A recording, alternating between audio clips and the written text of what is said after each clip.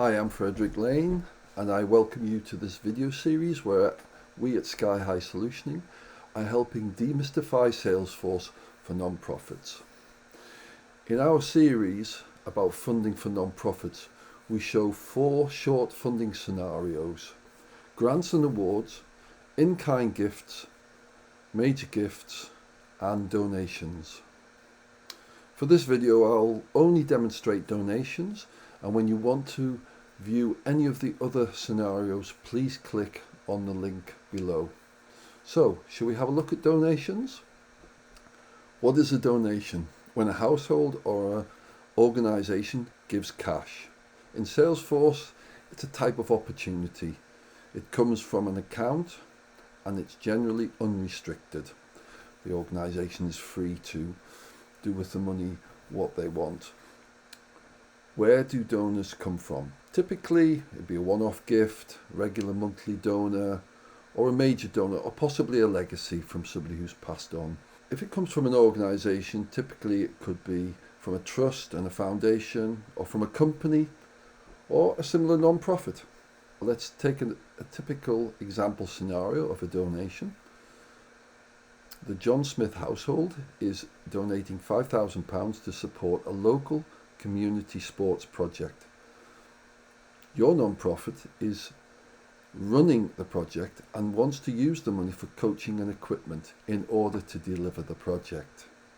What do we need to record in Salesforce, in our CRM? These typically are the details we'd have to put in the opportunity, and most importantly at the bottom there you'll see that we need to mark it as closed won. In the real world, when you're doing a funding application, you're obviously processing the opportunity from all the stages, from prospecting, researching and so on, but for the sake of this exercise we just want to see how the end-to-end process concludes really. And very importantly, that when you're wanted to show how you've used the money, you would also use the general accounting unit, which is the GAU split. And in this situation we're going to allocate 4,000 towards coaching and 1,000 towards equipment. So step 1, shall we create a donation funding opportunity? Why not? Let's go. Here I'm in my Salesforce screen. I've got a home, contacts, accounts, opportunities. I'm going to create a new opportunity, and the opportunity name we're going to call Special Kids. Keep it simple. The opportunity type is a donation. The account name is Smith Household, and it's unrestricted funding, and the amount we're going to put in is 5,000. We'll close this here, and the stage will be closed won. We can add comments in here. We can also add it to a campaign if it's on the back of a campaign. Let's save that record. Confirmation message that the opportunity was created, and congratulations, your opportunity has been successfully won, and you can manage payments and allocations.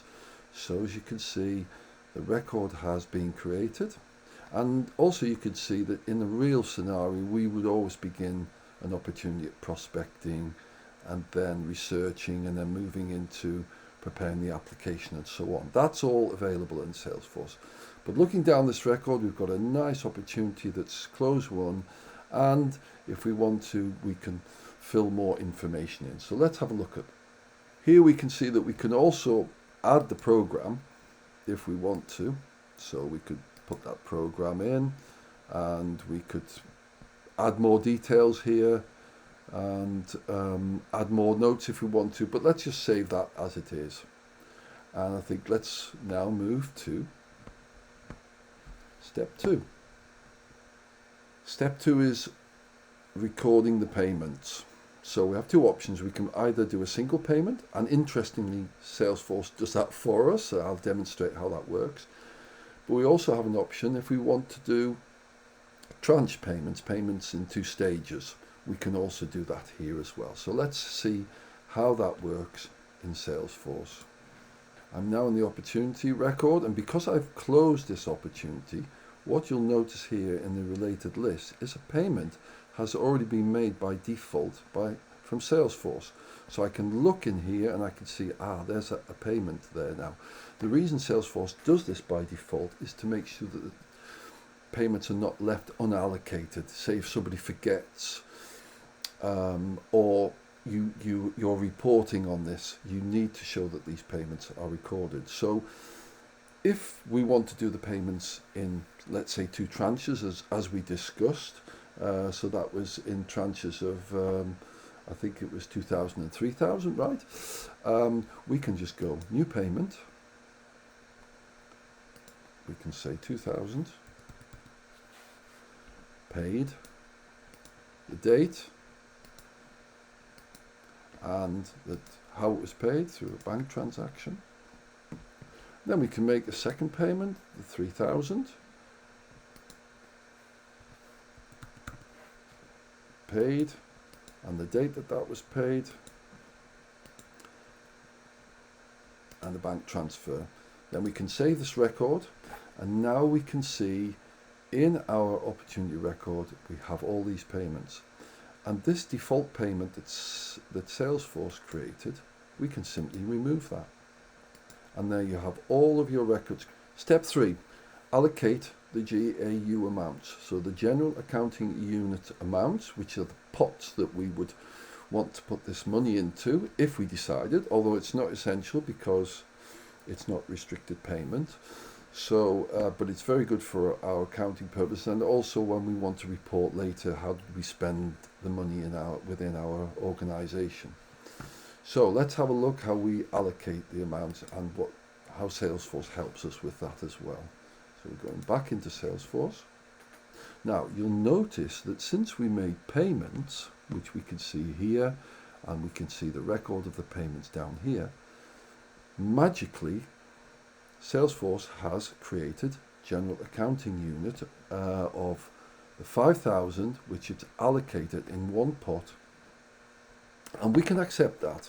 And the reason it does this is again for the same reason as payments. We don't want reporting to be left with empty amounts that we haven't allocated, or if somebody has forgotten to actually allocate it. So it's done by default, and we can simply remove that, replace it, or accept it. But if we want to do that, then we can just manage the allocations, and we can just say, okay, then we are going to allocate, what were the amounts? We were going to allocate 4,000 was going to be for coaching. So let's say coaching grant here was 4,000. And then we add another row, which was for equipment. And just bear in mind, if you don't know what the general accounting unit was that you wanted to choose, you can just click on this magnifying glass, and then the general accounting units that you've created for this particular project will be there. You have to pre-populate this under general accounting units, but you can see this is already there, so I can now just complete that payment, and I would save it. And what magically happens is, by us making the allocation, the default allocation disappears. And this is the record up to date and complete. So in summary, as far as donations are concerned, we've created one opportunity, we've won it, payments have been recorded, and the general accounting units have been correctly allocated. And that's how donations in Salesforce works. I hope you've found this useful. Please leave any comments in the description area below. Thank you for watching, and don't forget to like and subscribe. Please feel free to check out our YouTube channel for more helpful information on demystifying Salesforce for non-profits.